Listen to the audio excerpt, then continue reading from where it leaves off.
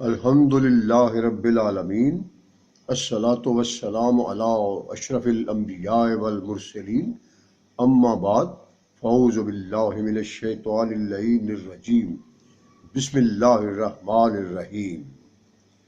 تمام مومنین مومنات اور آل نبی اولاد علی سے عقیدت اور محبت رکھنے والے جہاں کہیں بھی ہیں دنیا بھر میں، میری طرف سے ان سب کو بہت بہت آداب، سلام اور پیار۔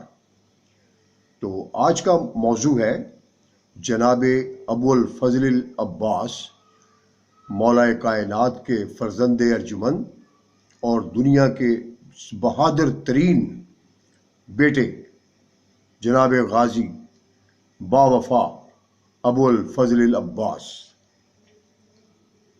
جن کے بہت سارے القاب بھی ہیں، بہت ساری تعریفیں بھی ہیں ان کا تھوڑا سا تعارف، کیونکہ یہ عظیم نورانی ہستیاں ہیں، ان کے فضائل بیان کرنا کسی کے بس کی بات نہیں۔ تمام سمندروں کو اگر سیاہی بنا دیا جائے، تمام جنگلوں کے درختوں کو اگر قلم بنا دیا جائے، تو ان کے ایک فضائل کی بھی تعریف نہیں لکھی جا سکتی، نہ بیان کی جا سکتی ہے۔ اور دنیا کا کوئی بھی بڑے سے بڑا عالم، فقیہ، مجتہد کوئی بھی ہو، وہ ان کے فضائل بیان نہیں کر سکتا۔ تو یہ چھوٹا سا ان کے بارے میں تھوڑا سا کوشش ہے، اور میری آپ سے گزارش بھی ہے کہ اس چینل کو جن بچوں نے ابھی تک سبسکرائب نہیں کیا، وہ اس کو سبسکرائب کر لیں، گھنٹی کے نشان کو دبائیں، اس کو شیئر کریں، لائک کریں، اور کومنٹس میں اپنا جو بھی آپ چاہتے ہیں اس کو تحریر کریں، آپ لکھیں اس کو۔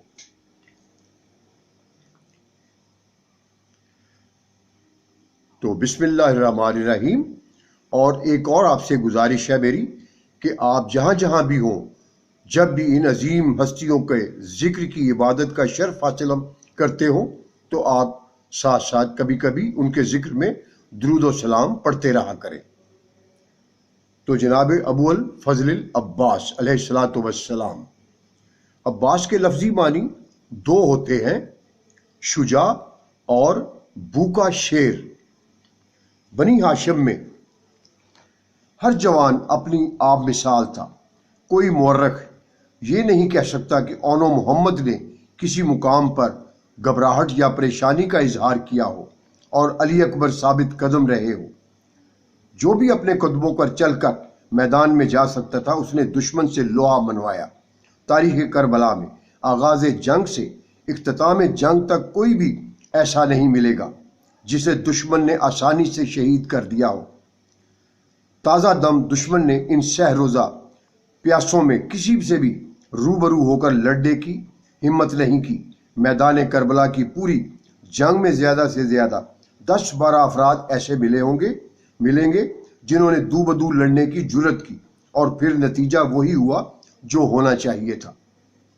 صبح سے عصر عاشور تک یزیدی افواج نے اولاد رسول کو پہلے تیروں سے زخمی کیا، پھر چھپ کر کسی کے بازو قلم کیے، کسی کی پیشانی پر تیر مارا، کسی کے سینہ میں نیزہ توڑا۔ جب یہ پیاسے زمین پر آ جاتے تھے تو پھر ان لوگوں میں سر کاٹنے کی ہمت ہوتی تھی۔ لیکن تمام شیر بیشہ شجاعت میں سے جناب عباس کا مقام پھر بھی جدا ہے۔ جناب عباس جنگ صفین کے موقع پر زیادہ سے زیادہ 10-12 برس کے رہے ہوں گے، جب انہوں نے عملی ٹریننگ شروع کی، اور جنگ صفین ہی میں اپنا نام اس حد تک پیدا کیا کہ کربلا میں ہر دشمن کی زبان پر عباس کا نام اور دل میں عباس کا خوف تھا۔ جنگ صفین میں بھی جناب عباس امام حسین علیہ الصلوۃ والسلام ہی کے زیر سایہ رہے تھے۔ میدان کربلا کی جنگ اور دوسرے مسلمانوں سے صفین میں جنگ کے مابین صرف یہ فرق تھا، جناب عباس جنگ صفین میں امام حسین کے زیر کمان تھے، اور میدان کربلا میں جناب عباس علمدار حسین تھے۔ جب دشمن نے اپنے بیٹے کی طرح جنگ صفین میں پانی پر ابول اور کا پہرا بٹھا دیا تاکہ فوج علی کو، جناب مولا کائنات کو، پانی نہ ملے، تو جناب مولا کائنات نے امام حسین علیہ الصلوۃ والسلام کو فرمایا تھا کہ بیٹے، یہ کوفہ والے پیاسے ہیں اور پانی ختم ہو رہا ہے، آپ ہی جا کر دریائے فرات سے سے ان لوگوں کے لیے پانی کا بندوبست کروائیں اور دریائے فرات دشمن کی فوج سے خالی کروائیں اور اہل کوفہ کو پانی پلانے کا بندوبست کریں۔ اس وقت جناب عباس علیہ الصلوۃ والسلام امام حسین علیہ الصلوۃ والسلام ہی کے زیر سایہ تھے اور امام حسین کے ماتحت تھے۔ اب سارولین میں ہے کہ جناب علی علیہ الصلوۃ والسلام نے جنگ صفین وغیرہ میں جناب عباس کو کھل کر لڑنے کی اجازت نہیں تھی، جس کی وجہ سے جناب عباس سے بے پناہ محبت بھی ہو سکتی ہے اور دشمنوں کی نظر بد سے بچانا بھی ہو سکتا ہے، تاکہ بچے کو دشمنوں کی نظر بد نہ لگے۔ صاحب کبریت احمر نے لکھا ہے کہ جنگ صفین میں ایک دن ایک نوجوان لشکر حضرت علی سے برآمد ہوا، جس کی چال اور ڈھال سے ہمت اور شجاعت اس حد تک ٹپک رہی تھی کہ دشمن کی فوجوں میں اس کے مقابلہ کی ہمت نہیں پڑ رہی تھی۔ اس جوان نے کئی مرتبہ مبارز طلبی کی، لیکن کوئی مقابلہ کے لیے نہ آیا، تو دشمن نے اپنے سردار کو بلایا۔ اس کے متعلق معروف تھا کہ یہ شخص تنہا 10,000 آدمیوں سے مقابلہ کر لیتا ہے۔ تو دشمن نے کہا، اس نوجوان کے مقابلے میں کوئی نہیں جا رہا، تو خود جا۔ تو سردار نے کہا، امیر، تجھے معلوم ہے کہ میری شجاعت کی داغ بیٹھی ہوئی ہے اور لوگوں کے خیال میں تنہا 10,000 آدمیوں کا مقابلہ کر سکتا ہوں، پھر تو مجھے اس نوخیز کے مقابلے میں بھیج کر میری توہین کروانا چاہتا ہے۔ تو امیر نے کہا، دوسرا کوئی جاتا نہیں ہے، تو اسے ہم اپنے ہم پلہ نہیں سمجھتا، آخر اس کا مقابلہ کون کرے گا؟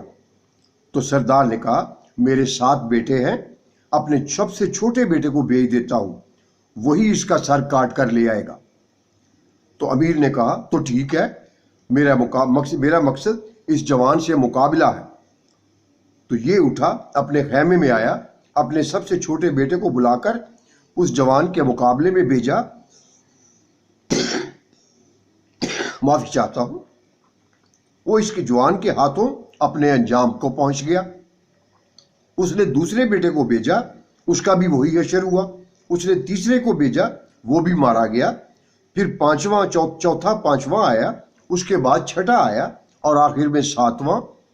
دشمن مسلمان اپنے مقام پر لرز کر رہ گئے، حیران تھے کہ یہ ہے کون جو نہ ہلتا ہے، نہ دوڑتا ہے، نہ چکر لگاتا ہے، بس ایک ہی جگہ پر جم کر کھڑا ہے، اپنے مقابل پر وار کرتا ہے تو بھی اپنی جگہ پر جم کر،